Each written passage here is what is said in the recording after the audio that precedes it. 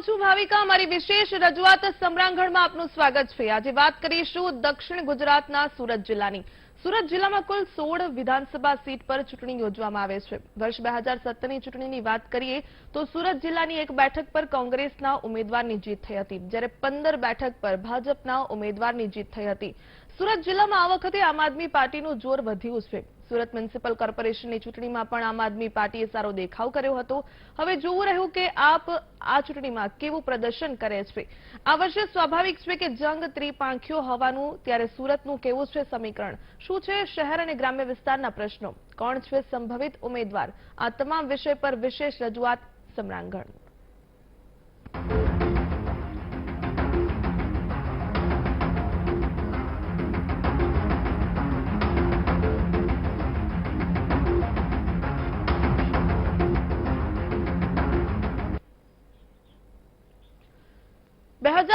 વિધાનસભાની ચૂંટણીની તારીખો જાહેર થઈ ચૂકી છે અને તમામ પક્ષો છે તે એડી ચોટીનું જોર લગાવશે. શરૂઆત તો ઘણા સમયથી પ્રચાર પ્રસારની કરી દેવામાં આવી હતી, પરંતુ જ્યારે તારીખો સત્તાવાર રીતે જાહેર થાય છે ત્યારબાદ જો મને જુસ્સો અલગ જોવા મળતો હોય છે. વાત કરીએ 2017ની ચૂંટણીની, જ્યારે કુલ બેઠક હતી સુરતની 16 બેઠકો હતી અને ભાજપની પાસે 15 બેઠકો છે. કોંગ્રેસની પાસે ફક્ત એક બેઠક, જે માંડવીથી આનંદ ચૌધરી છે તેમણે જીત હાંસલ કરી હતી, પરંતુ બાકી બધી તમામ બેઠકો પર ભારતીય જનતા પાર્ટી છે તેમના ઉમેદવારો છે તેમણે જીત હાંસલ કરી. ખાસ કરીને હર્ષ સંઘવી છે, ગૃહ રાજ્યમંત્રી મજૂરા બેઠક પરથી તેઓએ સારા એવા મત હાંસલ કર્યા હતા, જ્યારે સુરત પશ્ચિમથી પૂર્ણેશ મોદી છે તેમણે પણ સારા એવા માર્જિનથી જીત હાંસલ કરી હતી. પરંતુ સવાલ એ છે કે 2017માં અનેક એવા ફેક્ટર્સ હતા, પાટીદાર આંદોલનનો જે સમગ્ર ઇફેક્ટ છે 2017ની ચૂંટણીમાં જોવા મળ્યું, પરંતુ સુરતમાં આશા હતી કે ક્યાંક કોંગ્રેસને ફાયદો થશે, પરંતુ તે ફાયદો ન થઈ શક્યો. પરંતુ ભારતીય જનતા પાર્ટી છે તે 15 બેઠક પર જીત હાંસલ કરી લીધી. 2022માં ચોક્કસપણે મુદ્દાઓ અલગ છે અને આ વખતે તો ત્રીજો પક્ષ પણ આગળ આવ્યો છે. ત્રીજો પક્ષે પણ, એટલે કે આમ આદમી પાર્ટીએ પણ જે કોર્પોરેશનના ઇલેક્શન થયા હતા સારો એવો દેખાવ કર્યો હતો, ત્યારે હવે વિધાનસભાની ચૂંટણીમાં કેવો રણસંગ્રામ ત્રણેય પક્ષોની વચ્ચે જામે છે તે જોવાનું રહ્યું. પરંતુ સૌથી મોટો સવાલ એ થતો હોય છે કે ઉમેદવારોની પસંદગી આ વખતે કેવી રીતે કરવામાં આવશે, કારણ કે એન્ટી ઇન્કમ્બન્સી પણ જોવામાં મળી શકે છે. કોંગ્રેસ છે જે એક જ બેઠક જેણે મેળવી હતી 2017ના ઇલેક્શનમાં, આ વખતે બેઠકો છે તે વધારે કબજે કરવા માટે કે આ પ્રકારના સમીકરણોના આધારે ઉમેદવારની પસંદગી કરવામાં આવે તે પણ એક સવાલ છે. ખાસ કરીને વાત કરીએ તો ઓલપાડ, માંગરોળ, માંડવી, કામરેજ, સુરત ઈસ્ટ, સુરત નોર્થ, વરાછા, કરંજ, લિંબાયત, ઉધના, મજૂરા, કતારગામ, સુરત પશ્ચિમ, 84, બારડોલી અને મહુવા, આ બેઠકો છે. ત્યાં ખાસ કરીને સુરત છે જે ગઢ માનવામાં આવે છે સીઆર પાટીલનો. સીઆર પાટીલ સંગઠનના માણસ છે અને જે પ્રકારે તમામ ગુજરાતમાં 182 બેઠકો તેમણે તો લક્ષ્યાંક રાખ્યો છે કે એટલી બેઠકો કબજે કરીશું, પરંતુ પોતાનો જ ગઢ છે ત્યાં સાચવવા માટે કેવા ઉમેદવારોની પસંદગી કરવામાં આવે છે તે જોવું રહ્યું. કોંગ્રેસ પક્ષે તો 43 ઉમેદવારોની યાદી જાહેર કરી દીધી છે, પરંતુ ખાસ બાબત એ છે કે કોંગ્રેસની સામે પણ આ વખતે અનેક પડકારો છે. આ જ મુદ્દા પર ચર્ચા કરીશું. બીજેપીથી હિરેન કોટક મારી સાથે જોડાઈ ગયા છે, કોંગ્રેસથી પાર્થિવરાજ કઠવાડિયા, વરિષ્ઠ પત્રકાર નરેશ વારિયા અને સંવાદદાતા શૈલેષ ત્રિવેદી. આપ તમામનું સ્વાગત છે સમરાંગણમાં. સૌથી પહેલા હિરેનભાઈ આપની પાસે આવવા માંગીશ. સુરતની વાત કરીએ ત્યારે સુરતમાં 16 બેઠકોમાંથી 15 ભારતીય જનતા પાર્ટીની પાસે છે. 2022માં કેવા સમીકરણોને આધારે ઉમેદવારની પસંદગી કરવામાં આવશે?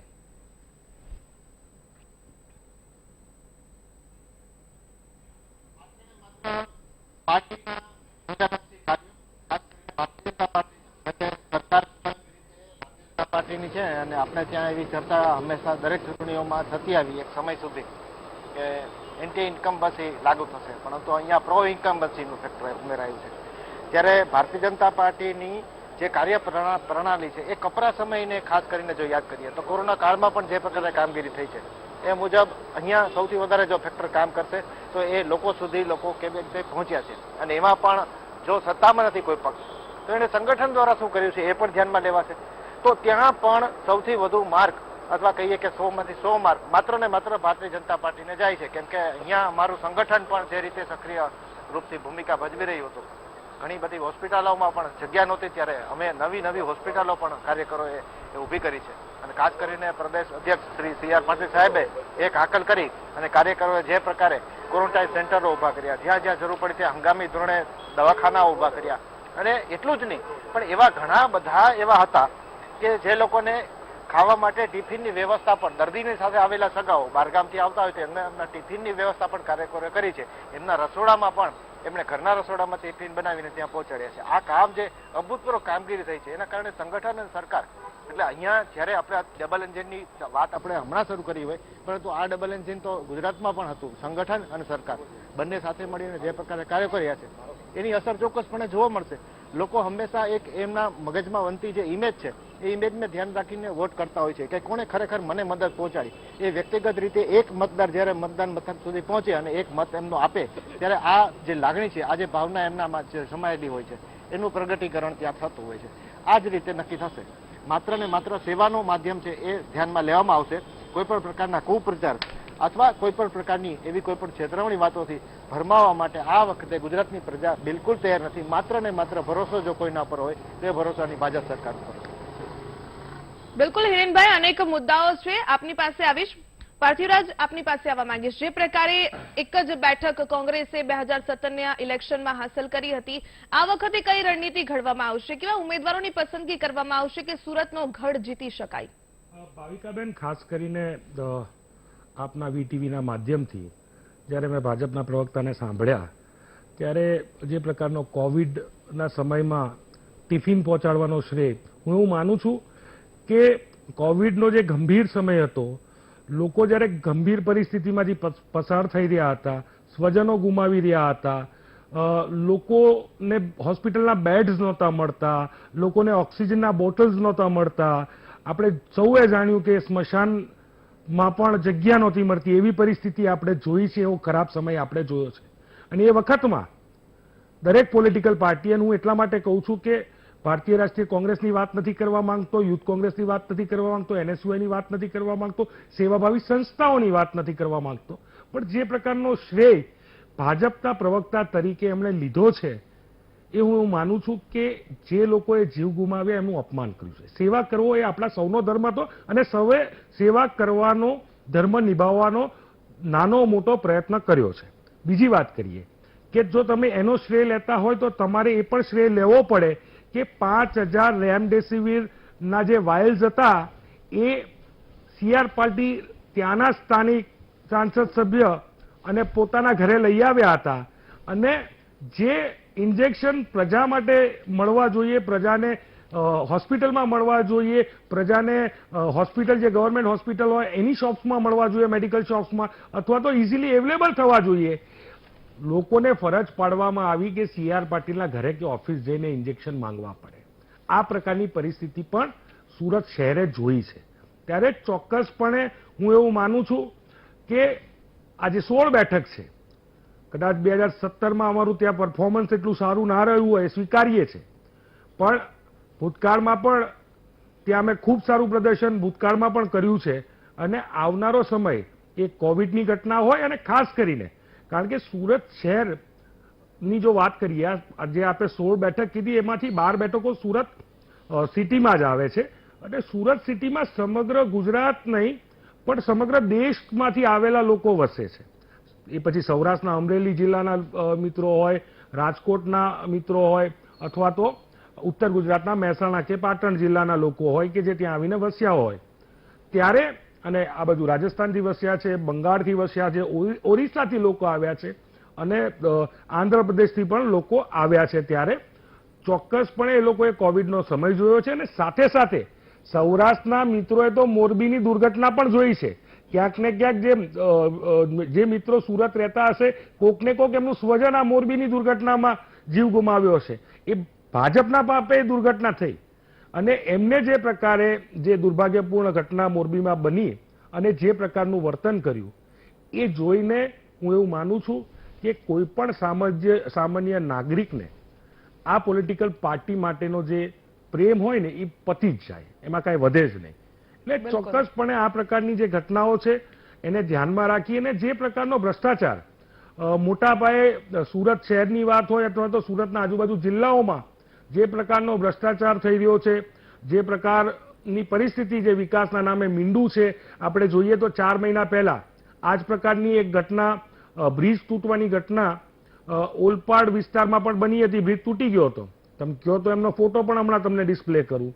તો આ પ્રકારની પરિસ્થિતિ દક્ષિણ ગુજરાતના લોકો જોઈ રહ્યા છે.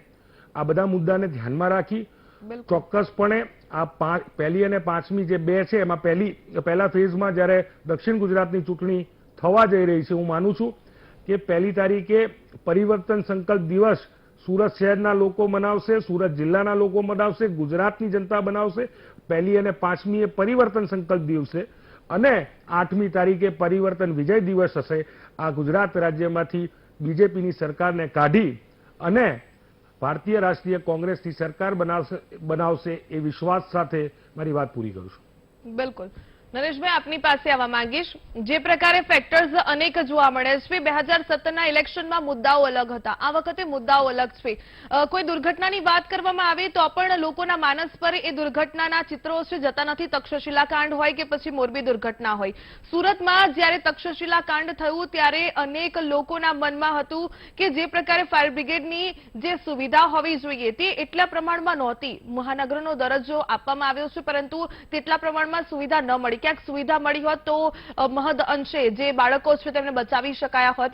બીજો જે મહત્વપૂર્ણ મુદ્દો છે કે છેલ્લા ઘણા સમયથી હીરા ઉદ્યોગમાં મંદી છે, ઔદ્યોગિકરણની સાથે જમીન કપાતનો મુદ્દો છે, બેરોજગારીનો પ્રશ્ન છે અને કોરોના કાળ એ સૌ કોઈએ જોયો છે. ચોક્કસપણે તમામ લોકોએ ત્યાં સહભાગી બન્યા હતા, સંસ્થાઓ આગળ આવી હતી, મદદ કરવામાં આવી. પરંતુ જે પ્રકારે શ્રમિકો છે જે ચાલતા પોતાના વતન જઈ રહ્યા હતા કે પછી જે લોકોને ઓક્સિજન નથી મળી રહ્યું, આ તમામ બાબતો અસર કરી શકશે. શું લાગી રહ્યું છે કે આ વખતે કયા મુદ્દા પર સુરતની જનતા છે વોટ આપશે, કયા મુદ્દાઓ પર પાર્ટીઓ છે ચૂંટણી લડશે?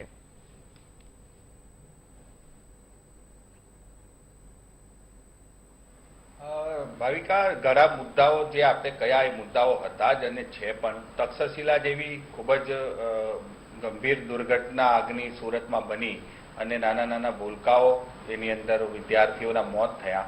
એમાં ન્યાયની અપેક્ષા હતી અને ચૂંટણીના જાહેર થવાના છેલ્લા દિવસે સુરત મહાનગરપાલિકાએ એનું સ્મારક બનાવીને એમને લોકોને એક ગુસ્સો, હજુ લોકોમાં એનો રોષ છે એ શાંત પાડવાનો પ્રયત્ન કર્યો છે. માનું ત્યાં સુધી ભાજપના જે ભાઈ છે એમણે ઘણા વિકાસના કાર્યો ગણાવ્યા કે અમે વિકાસ કર્યો છે. હું માનું ત્યાં સુધી વિકાસ થવો જોઈએ, વિકાસ થાય છે, પણ વિકાસની સાથે સુરક્ષા પણ એટલી જ મહત્વની છે. તમે એક પુલ બનાવી દો અને એમ કહી દો વિકાસ થઈ ગયો છે, પણ પુલની મજબૂતાઈ હોવી જોઈએ. સ્કાયસ્કેપર બિલ્ડિંગો બને છે તો સુરત મહાનગરપાલિકા જેવું આટલું તમામ પ્રકારે આર્થિક રાજધાની છે ને વિકસિત શહેર છે તો એની અંદર સાથે બીજા સુરક્ષાના પણ આયામો ઊભા કરવા પડે. સુરત શહેર અને આજુબાજુના વિસ્તારની જો વાત કરીએ તો લોકોમાં સૌથી મોટો મુદ્દો અત્યારે હોય તો એક મોંઘવારીનો તો પ્રશ્ન છે જ, પણ સુરત શહેરમાંથી પસાર થતી તાપી નદી છે, શુદ્ધિકરણની સરકારે યોજનાઓની વાતો ઘણી કરી છે, એના માટેના ફંડ ફાળવણીની પણ વાત છે, પણ એ હજુ તાપી શુદ્ધિકરણ જોઈએ એવું હજી એ પ્રગતિમાં નથી. પ્રદૂષણનો મોટો અહીંયા પ્રશ્ન છે. સુરત શહેરને અડીને જ ઔદ્યોગિક ઇન્ડસ્ટ્રીઝ આવી છે અને અહીંયા જે કેમિકલ કાંડ થયા એ પણ જાણીતા, જેમાં પણ ઘણા લોકોએ એમના જીવ ગુમાવ્યા હતા. તો સરવાળે અહીં એટલા પ્રશ્નો છે જ અને એ મુદ્દા લોકોને સ્પર્શે જ છે. બેરોજગારી તો છે જ અહીંયા, હજુ એ સંપૂર્ણપણે આપણે નથી, પણ છેલ્લે સરકાર અહીંયાથી બુલેટ ટ્રેનની વાત કરશે કે અમે બુલેટ ટ્રેન ગુજરાતને આપી રહ્યા છે, પણ દિવાળીમાં એ દ્રશ્યો પણ સર્જાયા કે સુરતના રેલવે સ્ટેશનો પર લોકો કીડિયાર ઉભરાય એની કરતાં પણ વધારે લોકોની ભીડ ઉમટી. એમને જવા માટે ટ્રેનોની પૂરતી સુવિધા સરકાર નથી કરી શકી. તો આ લોકોના મનમાં આ બધા તાજા મુદ્દાઓ જરૂર છે અને એના પર પણ લોકોનું ધ્યાન ફોકસ મતદાન કરતી વખતે જરૂર રહેશે. બિલકુલ શૈલેષ, આપની પાસે આવવા માંગીશ. ચૂંટણીની જાહેરાતના ફક્ત 30 મિનિટ પહેલા સુરત મનપાને અચાનક તક્ષશિલા કાંડ યાદ આવી જાય છે અને જે બાળકો ત્યારે મોતને ભેટ્યા હતા તેમની યાદમાં સ્મારક છે તેને બનાવવાની ઘોષણા કરે છે.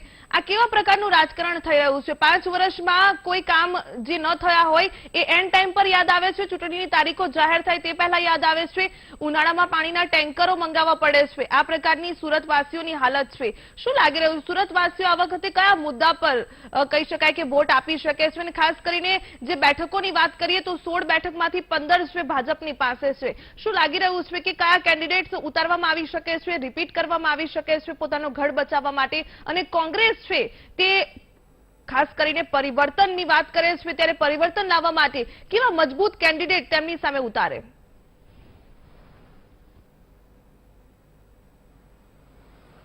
સૌ પ્રથમ વાત કરીએ તો જે આપે જે કહ્યું એ તક્ષશિલા કાંડની વાત થઈ અને ટેન્કરની વાત થઈ. તક્ષશિલા કાંડને હજુ આખું સુરત ભૂલ્યું નથી ને ખાસ કરીને વરાછા વિસ્તાર જે છે એ ભૂલ્યો નથી. તક્ષશિલા કાંડનું સ્મારક બનાવવાની જે તે સમયની જે કંઈ વચન હતા એ વચન લોલીપોપ સાબિત ન થાય ને એ સૌથી મહત્વનો મુદ્દો સાબિત ન થાય એટલા માટે ચૂંટણી જ્યારે 12 વાગે જાહેર થવાની હતી ત્યારે 11:30 વાગે સુરતના મેયર હેમાલીબેન બોગાવાલા અને સ્ટેન્ડિંગ કમિટી ચેરમેન પરેશભાઈ પટેલે એક તાકીદની પ્રેસ કોન્ફરન્સ બોલાવીને એમાં એ વાતની જાહેરાત કરી દીધી હતી. માત્ર ને માત્ર એ જાહેરાત થઈ છે.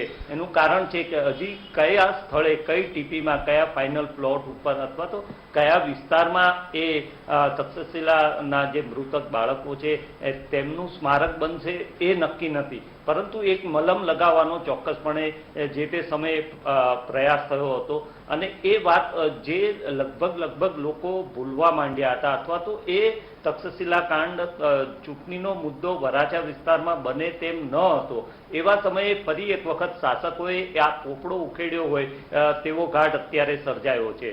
ચોક્કસપણે સુરતનો જે રીતે વિકાસ થઈ રહ્યો છે અને ખાસ કરીને સુરતનું વિસ્તરણ જે રીતે થઈ રહ્યું છે તેમાં જે આસપાસના ગ્રામ્ય વિસ્તારોનો સમાવેશ થયા છે ત્યાં પાણીની વ્યવસ્થા, ગટરની વ્યવસ્થા, સ્ટોર્મ વોટર ડ્રેનની વ્યવસ્થા એ નેટવર્ક હજી સુધી ઊભું થયું નથી. કેટલાય એવા ગામો છે કે 10 વર્ષથી સમાવેશ થઈ ગયો છતાં ત્યાં પૂરતા પ્રમાણમાં સુરત શહેર જેટલી ફેસિલિટીઝ અથવા સુવિધા ત્યાં ઊભી થઈ નથી. એ મુદ્દો ચોક્કસ છે. પરંતુ એની સાથે સાથે પહેલેથી જે ટેક્સ વસૂલવામાં આવે છે, જેવો સુરત શહેરમાં આ વિસ્તારોનો સમાવેશ થયો અને તેમની ઉપર સુરત શહેરના લોકો જે ટેક્સ ભરે છે એટલો જ ટેક્સ વસૂલવામાં આવે છે, એ મુદ્દાનો સૌથી મોટો વિરોધ હતો ને એટલે જ કંઈક ને કંઈક શાસકોએ આમાં પણ પીછેહટ કરી છે. એ જે નવા સમાવેશ વિસ્તારો છે એના વેરા માફ કર્યા છે. આ તમામ મુદ્દાઓ એવા છે કે જે સીધા મતદાનને સીધા સ્પર્શી શકે. બીજું સૌથી મહત્વનો મુદ્દો છે કે સુરતમાં જે ચૂંટણી થાય છે, સુરતની પ્રોપર વાત કરીએ, સુરત જિલ્લો અને સુરત શહેર, એ જુદા જુદા 3 તબક્કા હોય છે. 3 તબક્કા એ રીતે મતદાન તો એક જ દિવસ થતું હોય, પરંતુ 16 બેઠકમાંથી 4 બેઠકો એવી છે કે જે સીધી સુરત જિલ્લાને લગતી છે. SC ST એટલે આદિજાતિ માટે ને એને માટે અનામતની છે, જેમાં બારડોલી, મહુવા, માંગરોળ ને એ તમામ બેઠકો છે. બીજી બાજુ કામરેજ અને ઓલપાડની સાથે 84. આ 3 બેઠકો એવી છે કે જે સુરતની પેરાફેરીમાં છે કે જેમાં ગામોનો પણ સમાવેશ થાય છે, સુરત શહેરના અમુક વોર્ડનો પણ અમુક વસ્તીનો સમાવેશ થાય છે અને બાકીની 9 બેઠકો એવી રહી છે કે પ્યોર સીધી સુરતની બેઠકો છે. એટલે સુરત જિલ્લામાં જે 3 ભાગમાં આપણે જે બેઠકો વહેંચીએ છીએ એમાં ત્રણેયમાં મુદ્દાઓ અલગ અલગ છે. ગ્રામ્ય વિસ્તારમાં હળપતિ આદિવાસીના મુદ્દા છે, ત્યાં સહકારી ક્ષેત્રના મુદ્દા છે, ત્યાં સહકારી ક્ષેત્રમાં સરકારની દખલગીરીના મુદ્દા છે, સહકારી ક્ષેત્રમાં થતા કૌભાંડોના મુદ્દા છે, બેરોજગારીનો સૌથી મોટો મુદ્દો છે આદિવાસી વિસ્તારોમાં. જ્યારે આ સુરત અને સુરતને જોડતી જે બેઠકો છે, કામરેજ છે, ઓલપાડ છે અને 84 છે, ત્યાં એક્સપાન્શન પછી જે ટેક્સનો મુદ્દો છે એ સૌથી મહત્વનો ચર્ચામાં મુદ્દો રહે. સુરત શહેરની વાત કરીએ તો જે દાવો થાય છે કે દુનિયાનું સૌથી વિકસતા 4થા નંબરનું શહેર છે, ચોક્કસ સુરત એ ગુજરાતના તમામ શહેરોમાં કંઈક અલગ ભાત પાડતું શહેર છે, પરંતુ તેની સાથે સાથે એની સમસ્યાઓ પણ અલગ છે. એના મુદ્દાઓ પણ અલગ છે. બિલકુલ. દાખલા તરીકે સમસ્યા વિકાસને મુદ્દાના આધારે જો સુરતમાં ચૂંટણી થાય તો અત્યારના જે ઉમેદવારો છે અથવા તો જાહેર થાય એને બદલે જ્ઞાતિગત જે જાતિગત ઉમેદવારો ચોક્કસપણે દરેક બેઠક પર આવે છે. વરાછા બેઠક હોય તો વરાછાના જ જોઈએ, પશ્ચિમમાં સુરતી જ જોઈએ, લિંબાયતમાં મરાઠી ઉમેદવાર જોઈએ, ઉધનામાં મરાઠી ઉમેદવાર જોઈએ, ઉલપાડમાં કોળી પટેલ ઉમેદવાર જોઈએ. વિકાસની વાતો વચ્ચે રાજકીય પક્ષો પોતાના જે ઉમેદવારો જાહેર કરે છે એ કંઈક ને કંઈક જ્ઞાતિ જાતિના આધારે જ જાહેર કરે છે. એટલે વિકાસનો મુદ્દો ચોક્કસપણે ચૂંટણી પ્રચારનો મુદ્દો છે, પરંતુ ઉમેદવાર જાહેર કરવાના અથવા પસંદ કરવાના થાય ત્યારે જ્ઞાતિ જાતિ સૌથી મહત્વનો મુદ્દો બિલકુલ. સુરતમાં વર્ષોથી રહ્યો છે. જી બિલકુલ, એટલે કે કોઈ પણ એક સમાજને નારાજ કરવું પણ કોઈ એક પક્ષને પોસાય તેમ નથી. તમામ પક્ષોને સાથે રાખીને, તમામ સમાજને સાથે રાખીને પક્ષો છે તે પ્રકારે ટિકિટની વહેંચણી કરતા હોય છે.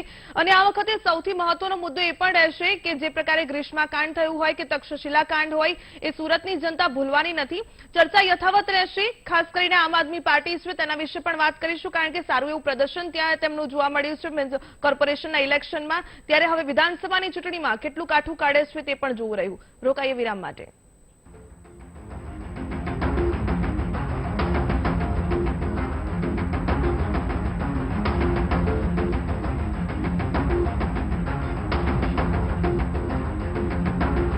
અમારા જેવા નાના વેપારીઓને ક્યાંથી લોન મળે?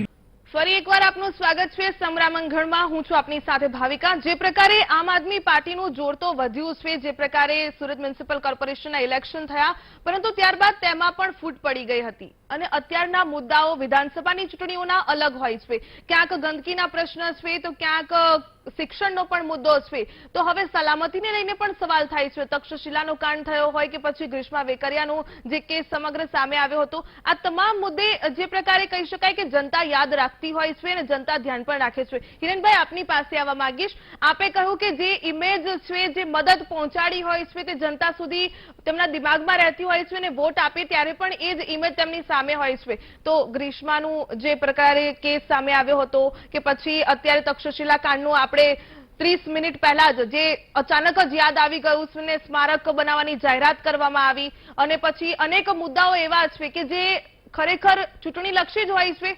જનતાનો વિચાર કરે છે ખરા?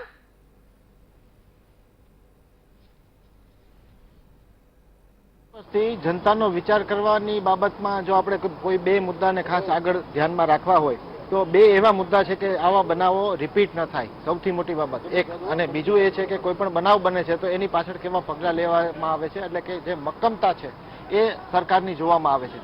એ બાબતમાં ખાસ કરીને હર્ષભાઈ સંઘવીએ ન માત્ર એમને સુરતમાં જ બલકે આખા ગુજરાતમાં જે પ્રકારે જે કામગીરી કરી છે એ લોકો સમક્ષ છે. અને અમારા માટે એ ખરેખર બહુ જ મોટું ભાથું છે, જે અમે પૂરા વટભેર કહી શકીએ છીએ કે ગૃહમંત્રી તરીકે એમણે કરેલી કામગીરી. એમાં પણ જ્યારે મજૂરા એમની સુરતમાં જ આવતી એમની બેઠક હોય અને એમાં એમના કારણો, એમની લોકપ્રિયતાના પરિણામો તો બધા લોકો જોઈ રહ્યા છે.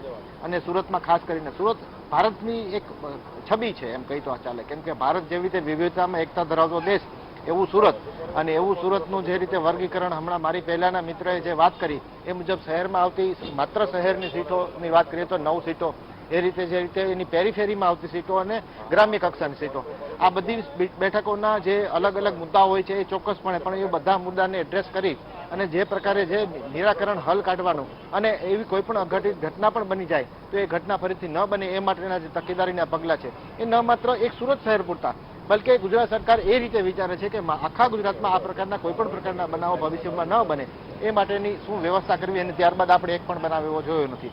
એ જે કંઈ પણ બનાવ બન્યો છે એમાં પણ આપણે જવાબદારો સામે ચોક્કસપણે પગલાં લીધા છે, એ લોકો સમક્ષ છે. અને આ વિચારણા હેઠળ હતું સ્મારક બનાવવાનું, એ સ્મારક બનાવવાનું કાર્ય પણ થયું, એ આપણે સૌએ જોયું છે.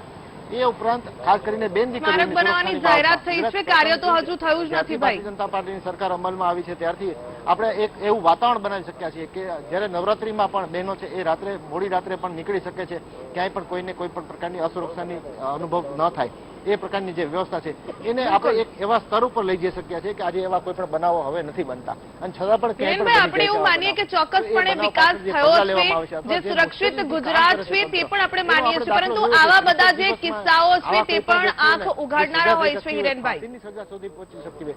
તો એના માટે એક સૌથી અગત્યની બાબત એ પણ છે કે તંત્ર કેવી રીતે કામ કરે છે, કેસ કેવી રીતે તૈયાર કરવામાં આવે છે, એના આરોપીઓને રાતોરાત કેવી રીતે શોધી પાડવામાં આવે છે. આ જે કામગીરી કરે છે એ ગુજરાત પોલીસને પણ વંદન કરવા પડે અને હર્ષભાઈની જે નિશ્ચય શક્તિ છે એને પણ વંદન કરવા પડે.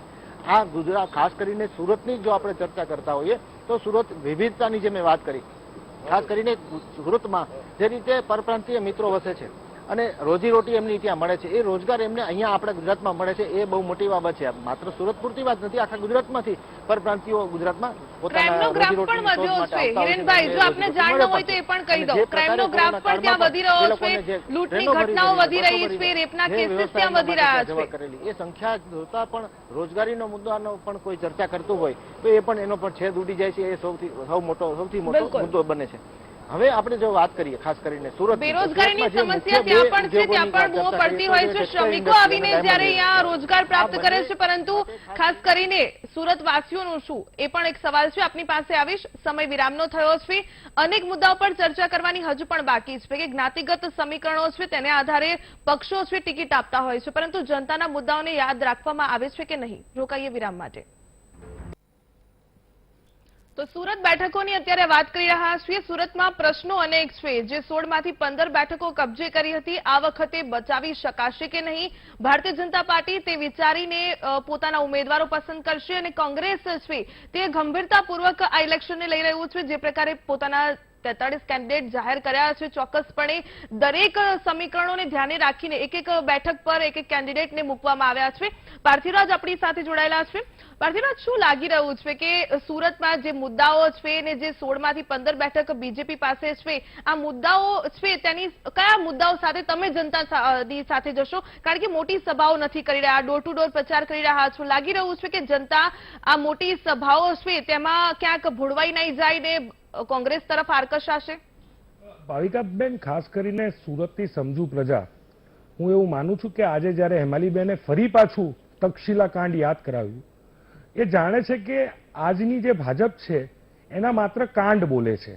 આ એટલા માટે કહું છું કે મોરબીની દુર્ભાગ્યપૂર્ણ દુર્ઘટના પછી આજે એમને ચૂંટણી લક્ષી 3 વર્ષ પછી જે તક્ષશિલાનો કાંડ જે બન્યો હતો એ મે 2019માં બન્યો હતો અને 2022માં એમને સ્મારક બનાવવાનું યાદ આવ્યું. તો 3 વર્ષથી સુરત શહેરના લોકો પૂછશે ને એમને કે 3 વર્ષથી તમે અહીંયા તમારી અહીંયા સુરતમાં નગરપાલિકા છે, મહાનગરપાલિકા છે, તમારા મેયર છે, તમારા ગૃહમંત્રી છે, તમારે ત્યાંથી પ્રદેશ ભાજપના પ્રમુખ છે, તો અમારા જે નાના નાના ભૂલકાઓ તક્ષશિલા કાંડમાં જેમને જીવ ગુમાવ્યા છે એમને તમે ચૂંટણી ટાણે યાદ કરો છો, 3 વર્ષે યાદ કરો છો? તો એ તો જવાબ આપો કે જે એસઆઈટી બની હતી તક્ષશિલા કાંડમાં, એ એસઆઈટીનો રિપોર્ટ ક્યારે રજૂ થશે ને એસઆઈટીમાં શું રિપોર્ટ આવ્યો છે?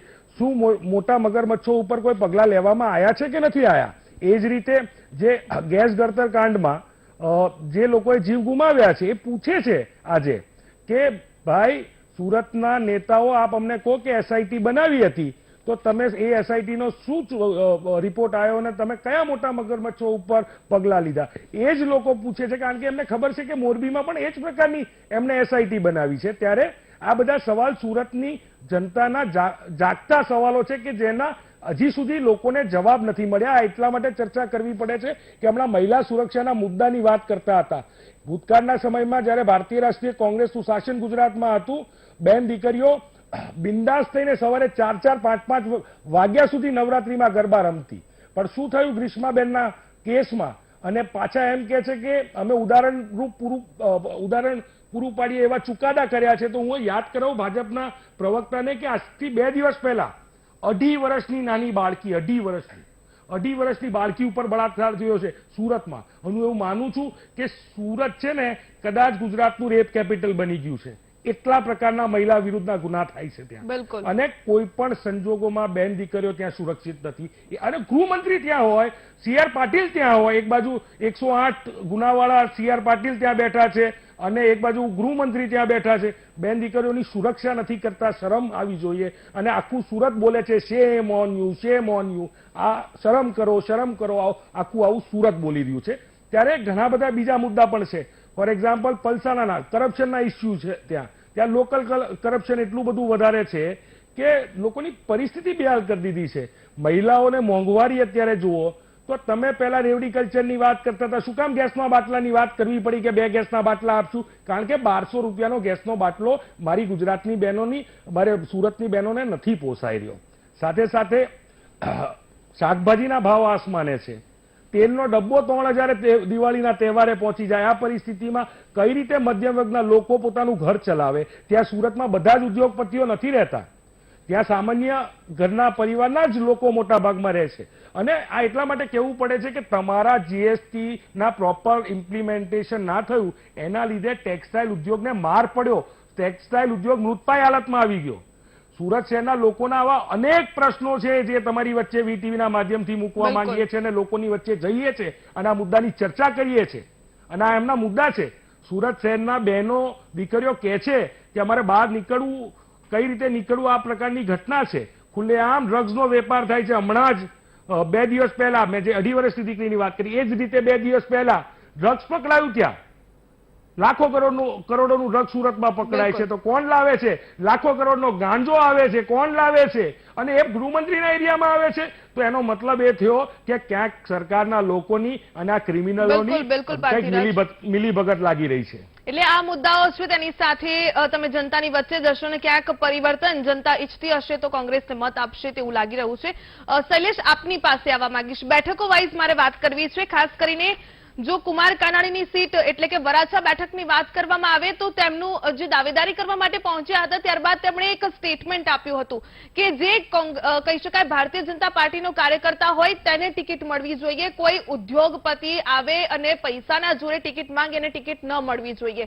અનેક બેઠકો છે એ પ્રકારે કહી શકાય કે દાવેદારી થઈ હતી, પરંતુ આ બેઠક વધારે ચર્ચામાં આવી કારણ કે આ પ્રકારનું સ્ટેટમેન્ટ તેમનું સામે આવ્યું હતું. શું લાગી રહ્યું છે કે હવે ભારતીય જનતા પાર્ટીમાં જે જૂથબંધી પણ ક્યાંક જોવા મળી રહી છે તે આ વખતે 2022ના ઇલેક્શનમાં ભારે પડી શકે?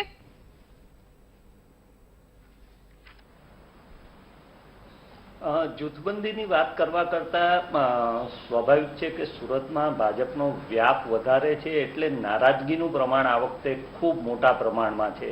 અમે એ જ ભાજપને જોઈ રહ્યા છીએ કે જે ભાજપનો કાર્યકર આજથી 3, 4, 5 વર્ષ પહેલા કોઈ પણ નેતાની વિરુદ્ધમાં કે પક્ષની વિરુદ્ધમાં બોલવા તૈયાર નહોતો થતો, એ જ ભાજપનો કાર્યકર અત્યારે ખુલ્લેઆમ અમારી પાસે આવીને ઓફ કેમેરા તમામ વાતો કરી રહ્યા છે. ભાજપનું કાર્યાલયમાં થતી વાતો, નેતાઓના વૈમનસ્યની વાતો, આ તમામ વાતો કરતા રહ્યા છે. સ્વાભાવિક છે, પરિવાર મોટો થયો છે એટલે આ મતભેદો વધ્યા છે. આપણે જે વરાછા બેઠકનું કીધું ને, એ વરાછા બેઠક એવી છે કે જે સમગ્ર સૌરાષ્ટ્રમાંનું એપિક સેન્ટર વરાછા બેઠકને આપણે ગણી શકીએ. કારણ કે ત્યાં ભાવનગર જિલ્લાના રહીશો છે, અમરેલીના રહીશો છે, હીરા ઘસુ એટલે કે રત્ન કલાકાર લોકો છે, તેની સાથે સાથે ઉદ્યોગપતિઓ છે. અને ઉદ્યોગપતિઓ એવા ઉદ્યોગપતિઓ છે હીરા વ્યવસાય સાથેના કે જેમને કરોડો રૂપિયાનો બિઝનેસ છે. સાથે સાથે એક એવડો મોટો યુવા વર્ગ છે જે આઈટી પ્રોફેશન સાથે સંકળાયેલો છે. અને એ ઉપરાંત અહીંયા એક જે કહેવાય કે ભાજપ માટે રાહત કહેવાય એવું કે વર્ષોથી જ્યારથી વરાછા બેઠક અમલમાં આવી છે, બની છે, ત્યારથી એ ભાજપનો જ ગઢ રહ્યો છે. બીજી તરફ અહીંયા જે જિલ્લાવાદની વાતો ચાલે દર વખતે, દર ચૂંટણીમાં ઊભી થાય, એ ભાવનગર વર્સિસ અમરેલી અને બીજા જિલ્લા, એ મુદ્દો પણ આ વખતે ફરી એક વખત ચર્ચામાં આવી ગયો છે. તેની સાથે સાથે કુમાર કાનાણી એક દબંગ નેતા તરીકેની, દબંગ ધારાસભ્ય તરીકેની પોતાની જે છાપ ધરાવે છે, એ જ અનુરૂપ એમની ટિકિટ કપાય એવી ખૂબ જ બધી ચર્ચાઓ ચાલતી હતી. એની વચ્ચે એમણે જે ભાજપની નેતાગીરીને જાણે સીધો પડકાર ફેંકતા હોય એ રીતે કહ્યું હતું કે જો મને ટિકિટ ન આપો તો કોઈ એવા વ્યક્તિને કે એવા ઉદ્યોગપતિને કે ટિકિટ નહીં આપવી જોઈએ કે જે ભાજપનો કાર્યકર નથી, માત્ર ઉદ્યોગપતિ છે, અને ઉદ્યોગપતિઓના કહેવાથી અન્ય એક ઉદ્યોગપતિને ટિકિટ ન આપવી જોઈએ, એવો તેમનો જે સૂર હતો, એ સૂર ભાજપમાં આજથી પહેલા અમે ક્યારેય સુરતમાં સાંભળ્યો મળ્યો નથી. એ સુરત બતાવે છે, અથવા તો કુમાર કાનાણીની એ જે રોષ છે એ જ બતાવે છે કે કંઈક ને કંઈક ભાજપ, સુરત શહેર ભાજપમાં દેખાય છે એટલું બધું શાંત પાણી નથી, અંદર વમળ કંઈક અલગ ચાલી રહ્યા છે. અને એ ચોક્કસપણે હવે જ્યારે ટૂંક સમયમાં પાર્લામેન્ટરી બોર્ડમાં સુરતની બેઠકોની ચર્ચા થવાની છે અને 2-3 દિવસ 5 દિવસમાં જ્યારે નવું લિસ્ટ ઉમેદવારોનું જાહેર થશે ત્યારે કુમાર કાનાણી વાળો આ જે મુદ્દો છે એ માત્ર કુમાર કાનાણીની બેઠક નહીં, બાકીની અન્ય બેઠકો ઉપર એની અસર સીધી જોવા મળે એવું અત્યારે અહીંયાના તબક્કે લાગી રહ્યું છે. જી બિલકુલ શૈલેષ, અત્યારે ભારતીય જનતા પાર્ટીમાં છે જે પ્રકારે આપે કહ્યું કે વ્યાપ વધ્યો છે પાર્ટીનો, એટલે ક્યાંક ને ક્યાંક જૂથબંધી નહીં પરંતુ ક્યાંક નારાજગીનો દોર પણ પ્રવર્તી રહ્યો છે. પરંતુ જ્યારે પણ કોઈ ફેક્ટર્સ સામે આવતા હોય છે ત્યારે ભારતીય જનતા પાર્ટી એક ડેમેજ કંટ્રોલની રીતે સમગ્ર બાબતો છે તે ટાળી દેતી હોય છે અને એક મજબૂત નેતૃત્વની સાથે આગળ વધતી હોય છે. પરંતુ કોંગ્રેસમાં પણ આ વખતે ગંભીરતા જોવા મળી રહી છે. જે નેતૃત્વ છે કે અનેક વખત રાહુલ ગાંધીના નેતૃત્વ સામે સવાલ થતા હતા, પરંતુ હવે ક્યાંક ને ક્યાંક તે જ નેતૃત્વમાં હવે કોંગ્રેસ પાર્ટી છે તમામ ઉમેદવારો છે ગંભીરતાપૂર્વક લાવી રહી છે. ચર્ચા યથાવત રાખીશું, રોકાઈએ નાનકડા વિરામ માટે. ફરીવાર આપનું સ્વાગત છે. તો બ્રેક પર જતા પહેલા આપણે વાત કરી કે વ્યાપ વધી રહ્યો છે જે પ્રકારે પક્ષનો અને ક્યાંક નારાજગી તેને પગલે આગળ આવી રહી છે. હિરેનભાઈ પાસેથી જવાબ લઈએ. હિરેનભાઈ, ક્યાંક વ્યાપ વધી રહ્યો છે અને નારાજગી પણ વધી રહી છે. આ તમામ બાબતો છે, એન્ટી ઇન્કમ્બન્સી જોવા મળે છે, જે પ્રકારે કોરોના કાળનો સમય હોય કે પછી આજે તક્ષશિલા કાંડ હોય કે ગ્રીષ્મા કાંડ હોય, આ તમામ બાબતો છે જનતા યાદ રાખતી હોય છે. લાગી રહ્યું છે કે ઉમેદવારો છે તેમને કહી શકાય 2017માં જે જીત હાંસલ કરાવી હતી તેની બદલે હવે બીજા કોઈ નવા ચહેરાઓ પર વિશ્વાસ પાર્ટી મૂકી શકે, શું લાગી રહ્યું છે આપને?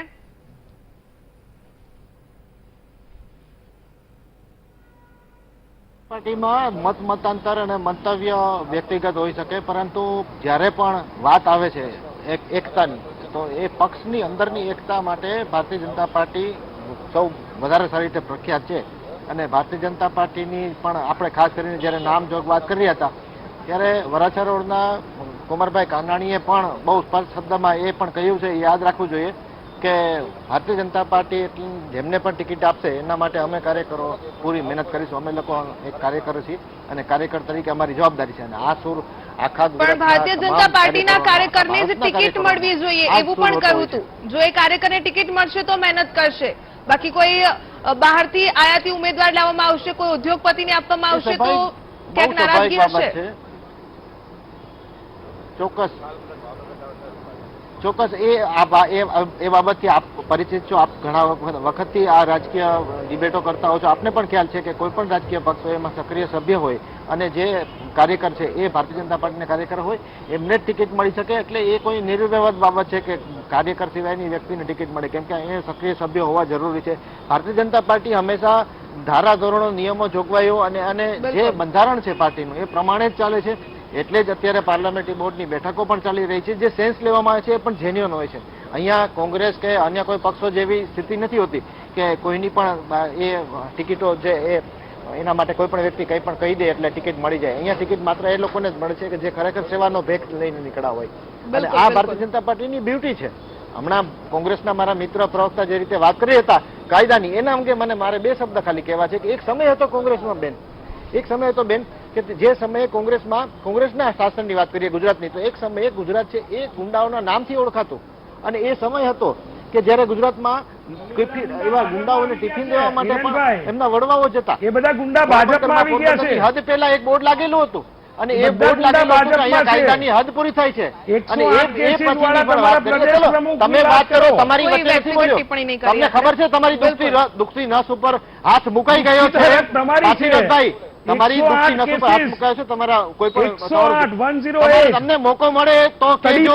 અને જનતા તમને મોકો નથી આપતી. કાશીનાથભાઈને ડિબેટમાં મ્યુટ કરો. આ રીતે ડિબેટ ન થાય, આને મ્યુટ કરી દો ભાઈ. પીસીઆર ને વિનંતી કરું, બેન વિનંતી કરું છું, આને મ્યુટ કરો. બહુ ખાસ જગતની વાત કરી રહી છું. સુરતમાં મોહમ્મદ સુરતીના નામે ઓળખાતું હતું, આ કચ્છ ઇબલા શેઠના નામે ઓળખાતું હતું, અને પોરબંદરમાં તો પોરબંદરની હદ પહેલા બોર્ડ લાગેલા હતા, અહીંયા કાયદોની વ્યવસ્થા પૂરા થાય છે. આ સ્થિતિ અમદાવાદ લતીફ દોરના નામે ઓળખાતું, આ કોંગ્રેસના સમયની વાત છે. જેલમાં બેઠા બેઠા 5 બેઠક ઉપર માણસ ચૂંટણી જીતી જતો.